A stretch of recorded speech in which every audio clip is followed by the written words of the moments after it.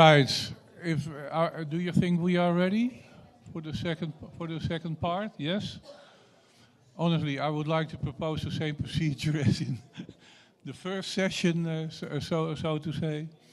So be welcome on this session, and I'm going to introduce our panelists first by excusing Trevor Di Giorgio because we haven't seen him and he didn't pick up his badge as well, so probably is not going to be here. To my first on the right, and I do the difficult part first. John Kiripska. Should take a bow for that. I survived. He is the head of marketing at Fincor and brings over 20 years of experience in marketing and proposition leadership within the tech sector. He is a seasoned speaker at events like EEGS, that's in Sofia, Bulgaria, in November, as far as I know, and a frequent podcast guest. Can you please, hello, we have started.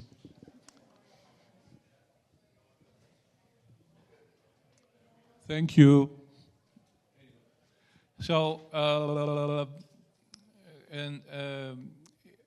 he champions a collaborative approach to compliance, innovation, and safer gambling. And at the Prague, this summit, he will share insights in how finance equips operators with the right tools. Our next panelist is Alexandra Körner, who is a lawyer and has particular expertise in compliance issues. You were introduced in the IMGL session as well. Anyway, but it's all related to national and international gambling law. And before you joined the management of Stadskasino Baden, she was a lawyer at MME Legal, specializing in Swiss and international law. She is responsible for all legal matters within the group, and she also leads teams in the areas of responsible gaming, AML, and fraud prevention and security. Do we still say responsible gaming? No, it's just a question because I used to call it responsible gaming when I was very young, but I changed it 15 years ago. To what? To responsible gambling. I'd actually prefer safer gambling or something more positive. Okay. Well, maybe we can think of that as well. We can think of that as well. Karl Stroop, maybe. He has a master's degree in business administration and commercial law, and he's uniquely experienced in both law and business administration. This, combined with his outgoing nature, provides him with the ability to handle a wide array of tasks at Mindway AI.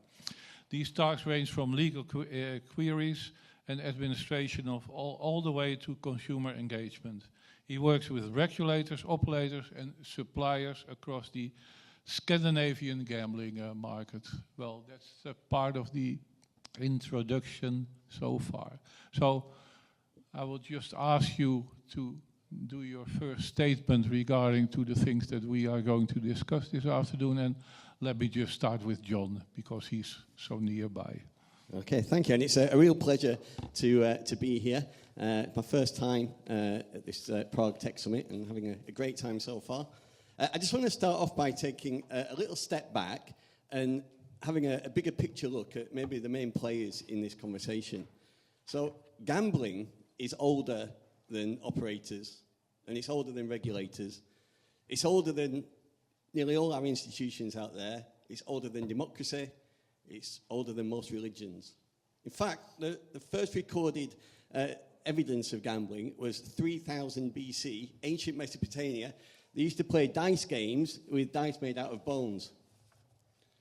So the basic point is that it's a fundamental part of human culture.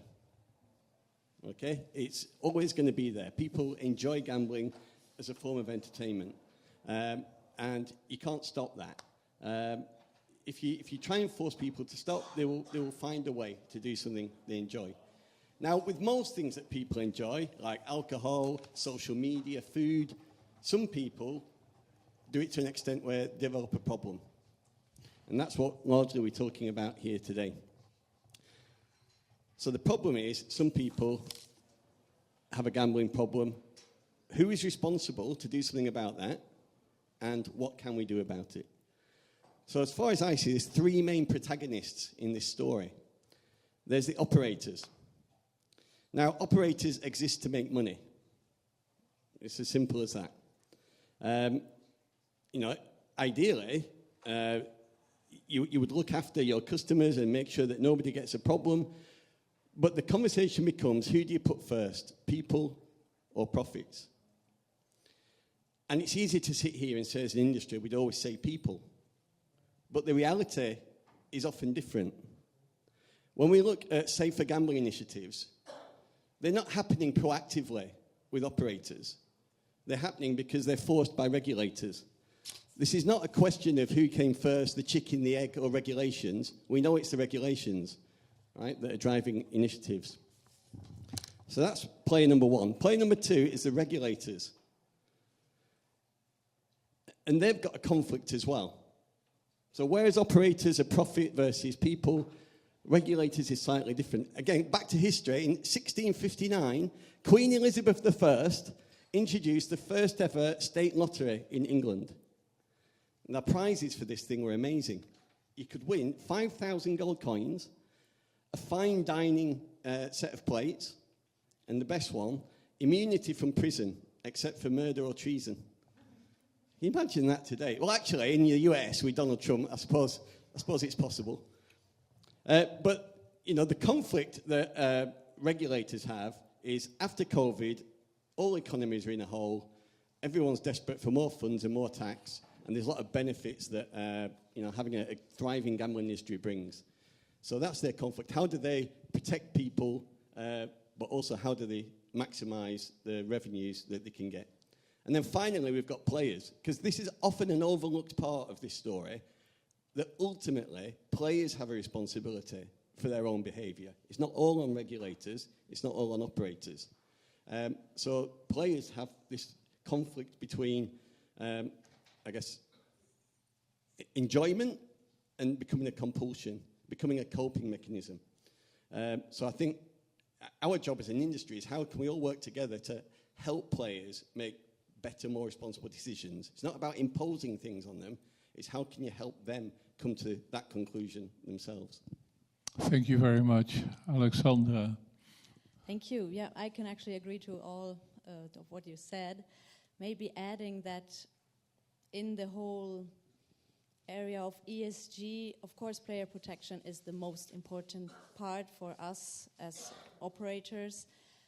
And as gambling will not disappear, responsible or safer gambling will not disappear as well.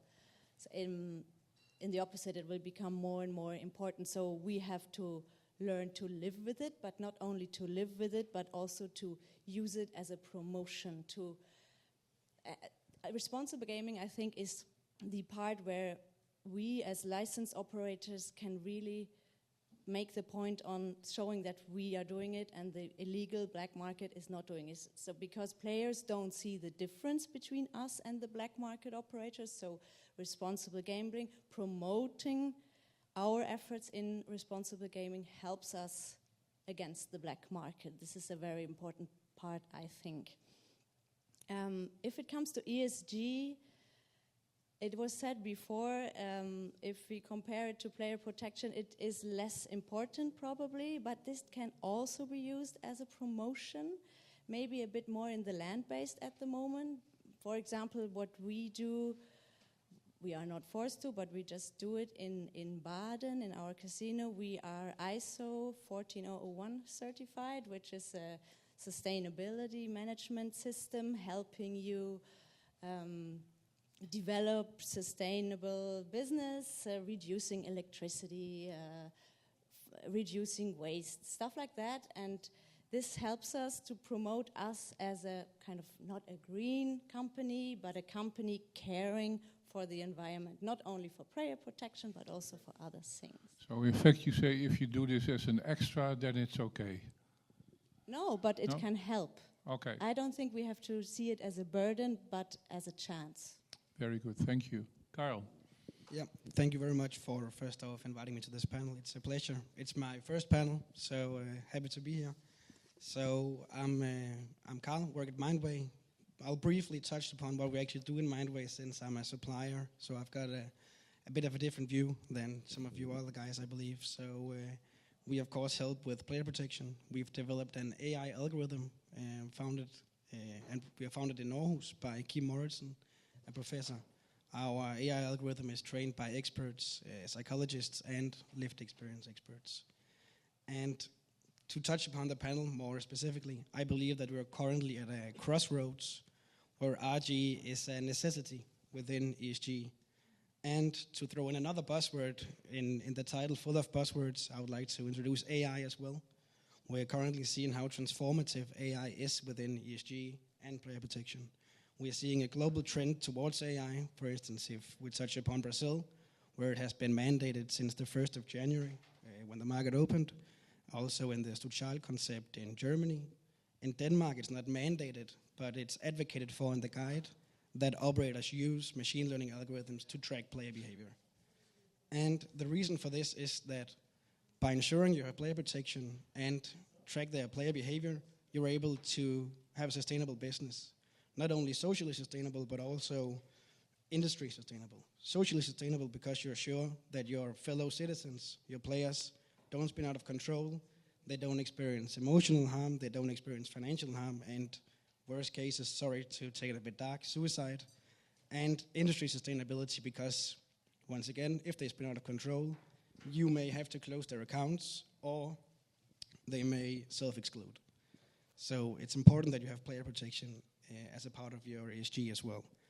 And it's the balance between ESG and RG, I'm not sure it's so much a balance, but more intertwined. By having player protection as a key part of your ESG policies, you're able to show that you actually have an ethical business practice, a sustainable business practice, and in most areas like Germany, as I mentioned, you have also uphold the governance aspect. By doing so, you can show key stakeholders that, once again, you can invest without risk, or of course there's always some risk, but less risk, and that in turn, hopefully, also negate some of the negative PR that we have seen in the UK, for instance, with the increased suicide rate, for instance, due to problematic gambling behavior. So by doing so, we hopefully can negate PR, as I mentioned, negative PR, which negates the risks of over-regulation, which we have seen in lovely countries like the Dutch market. So yeah, use player protection in your ESG policies. Okay. Hey, getting back to John, when he mentioned being proactive, so to say. I mean, this is a word that we are only using since a couple of years.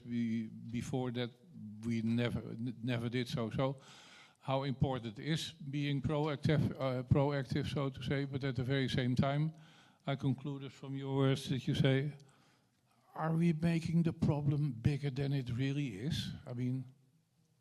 Well, I think certainly from a regulation perspective, we seem to be churning out a lot of regulations that don't necessarily help the situation. For me, the solution, and I think what you described there about using AI, I think that's going to be a real key to this, because if you think of what we have today, we have safer gambling tools that are starting to be in websites, so players can have timeouts, they can have deposit limits, and each of those tools provides them with a moment of reflection, a pause before they make a decision to place that bet or do something.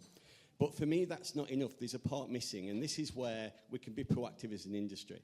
So, for example, this is a non-gambling story that quickly illustrates what I mean. Last year in November, I was in Prague with some friends, and we came out of a nightclub, a little bit worse for wear, at about 2 a.m. And it's too late. A really nonsensical thing. You might see outside there's all these Lime scooters, green electric scooters that you can hire.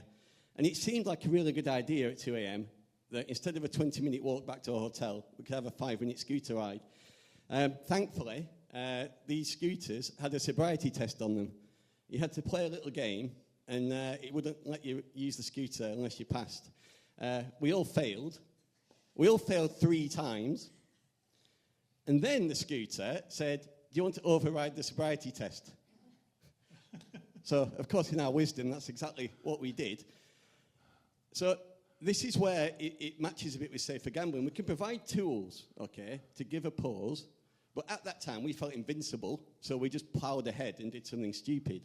What's missing is context and information at that moment. If at that moment I'd have had some information that said, okay, a 40-something-year-old that's drunk as much as you, getting on a scooter, has a 65% chance of ending up in hospital, I might have thought a bit differently instead of jumping on that scooter. And that's what we need to do with safer gambling is, yes, we can help players pause and have a think before they do something, but it's to give them, and we can use AI to do this, to give them relevant, personalised content for them to point out their pattern of behaviour applies to, you know, the top 1% of people making deposits frequently, and there's an X% chance of them getting a gambling. We can paint it to them that's relevant to them. And I think the combination of tools and that relevant information at the right time can make a difference.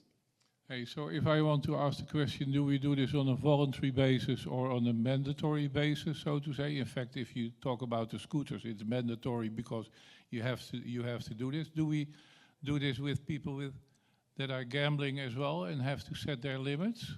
Because from research, that's what I hear every now and then it's more useful to use voluntary measures than mandatory measures. So how do I still translate this situation to people that are gambling? Well, that's why I think giving them the context and the information is important, because then they can come to that conclusion themselves. You're right, imposing things, you can only get so far, because eventually they will go off elsewhere to the black market or wherever. They'll find a way around it.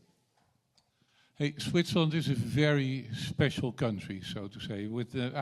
Honestly, I was in a meeting this morning together with Jurk Heverly, who used to be at the Luzern Hochschule, as we do a project together, so to say.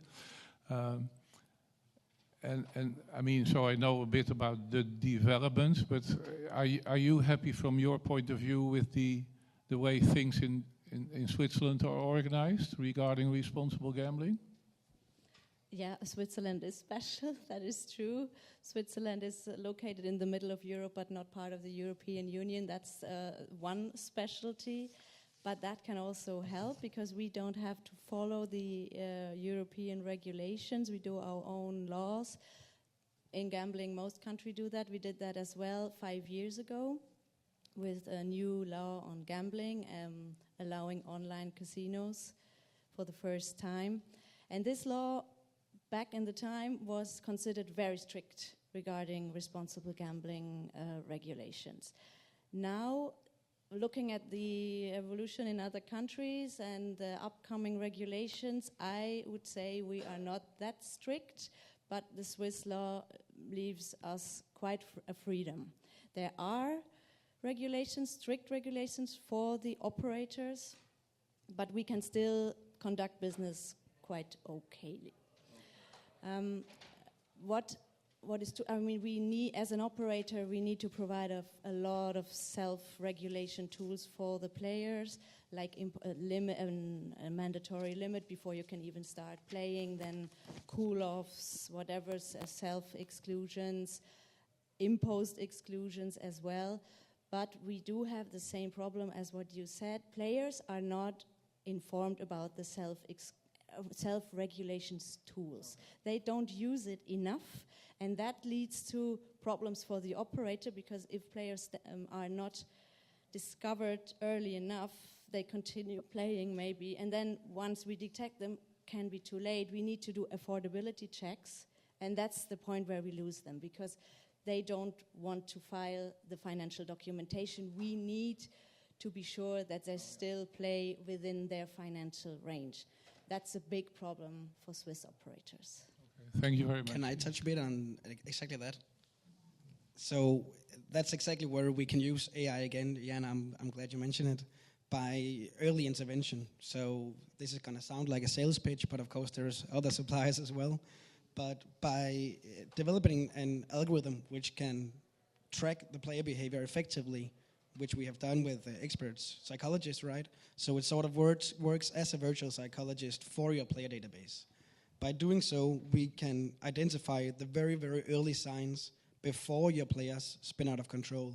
And by doing so, you're able to keep the customer for longer, which also, once again, gives you long-term sustainability. And all the cash you spend to affiliates to gain the customers are also better spent because you get a lifelong customer and not a month-long customer because they spin out of control and it's too late, like Alexandra mentions.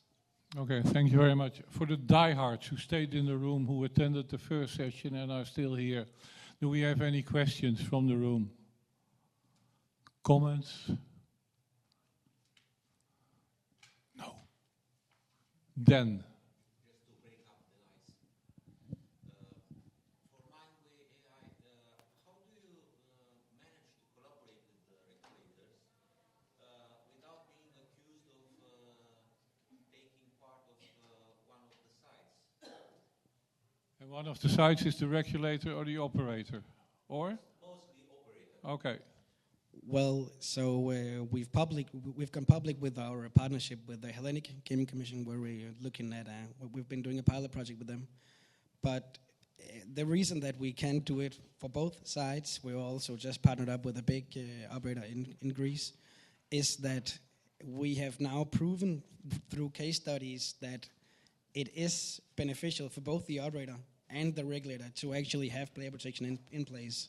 For the regulator, you get some goodwill. You always think about that you don't want them spinning out of control, of course, right? And again, financial loss, emotional loss. And for the operator, you want customer retention. You want them to play for as long as possible. And we have done case studies on this proving that the players play longer if you use software like Mindway AI. So even though we talk to both parties, it's beneficial for both parties. Maybe I can add something to that, because we actually presented Mindway to our regulator, and at the beginning they were very skeptical because they were afraid of the algorithm. Is that really working? Can that really predict problematic gambling? We were able to convince them, and what they want to see is an A/B testing. So we have to run both systems at the same time for a couple of months, and there you can really see the difference. Pick the same players, show them, okay, the early intervention system picks them earlier, and so that was it. We could show that the system works, and they were happy. But it needed, quite a few meetings. And I know you are also certified. What do you mean certified? Regarding the system that is working. Oh, okay. Yeah, so we're currently getting an ISO 27001 certification, where the audit is ongoing, so fingers crossed, within 2 months we should have it. But that means they're crossed. certified against ISO, but not against responsible gambling. Oh yeah, we're also GLI certified, if that's what you mean.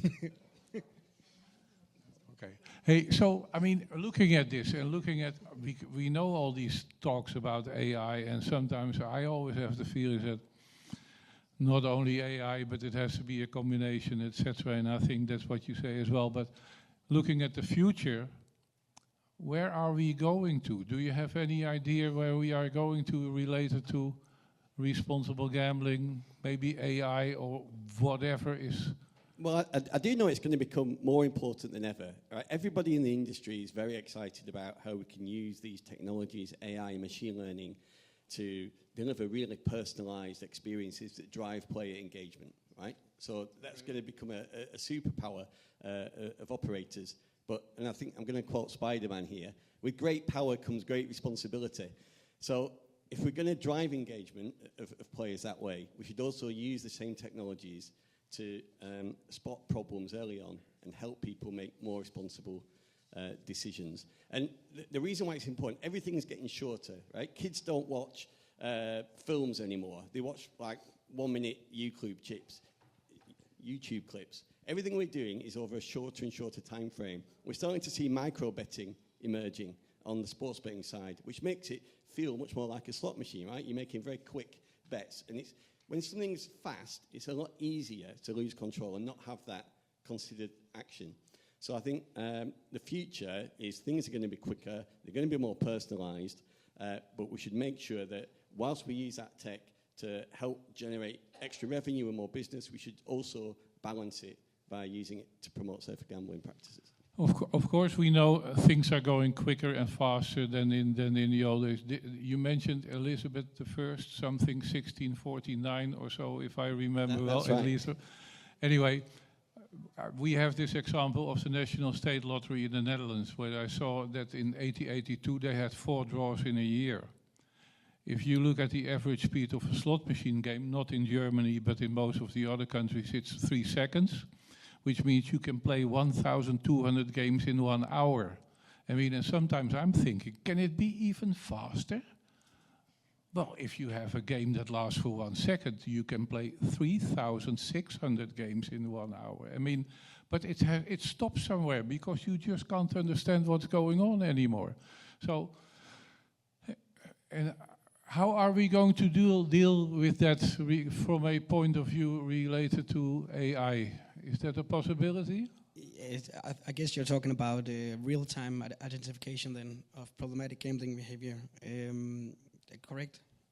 Yeah. So we've been seeing that in the Dutch market, where we have aligned with the Dutch operators as well, where we are able to identify problematic gambling behavior at an instance, or rather, should I say, as soon as the data is fed into the game scanner. So it's up to the operator to feed us the data. But yes, we start playing more and more, and our attention span gets reduced due to all the social media and stuff. So we need to stay up to date with technology, so it is able to also follow the trends we see in our lack of attention span. And luckily, it seems like the tech is developing as well. So it follows the trends, I believe. Okay, thank you very much. Any questions from the room? Again, I thought I have to do this. Still not? Maybe I have this question for you, which is related to self-exclusion, so to say. Because honestly, when we introduced self-exclusion 25 years ago, something like that, officially and around this, self-exclusion was meant to be a preventive instrument, so to say. I think you are developing problems, you know what you should do, etc. So just to get back into control. Nowadays, it's being used as a kind of solution. I think you have a problem. You know what you should do? You should exclude yourself. Is that the way forward? Well, I think it should be an option for people. Okay. As I said, we shouldn't necessarily impose rules, but if someone, the biggest problem is somebody realizing or accepting that they've got a problem, right? Because most people don't see it coming, and they can have a change of circumstance in life, and what was fun then becomes a coping mechanism, and bang, they've got a problem. But if they've got the awareness to understand they've got a problem and they self-exclude, we should do everything we can to support them with that. One of the solutions we developed at Finco is facial recognition technology aimed specifically for the gambling industry, because, you know, if somebody is self-excluded, they go into a gambling shop, often it can be photos printed out and shoved behind a till somewhere, expecting some busy staff member to remember faces, which is just not going to happen. So how can we have robust self-exclusion processes, whether it's someone walking into a store and the system flagging up automatically, this person is self-excluded, or cameras inside slot machines. We've done that before in the US, so the machine can shut down if a self-excluded person is in front of it. So what we're saying is, if someone's took the act of self-excluding, we should make it as supportive as possible for them not to gamble, because they will have moments of weakness, right?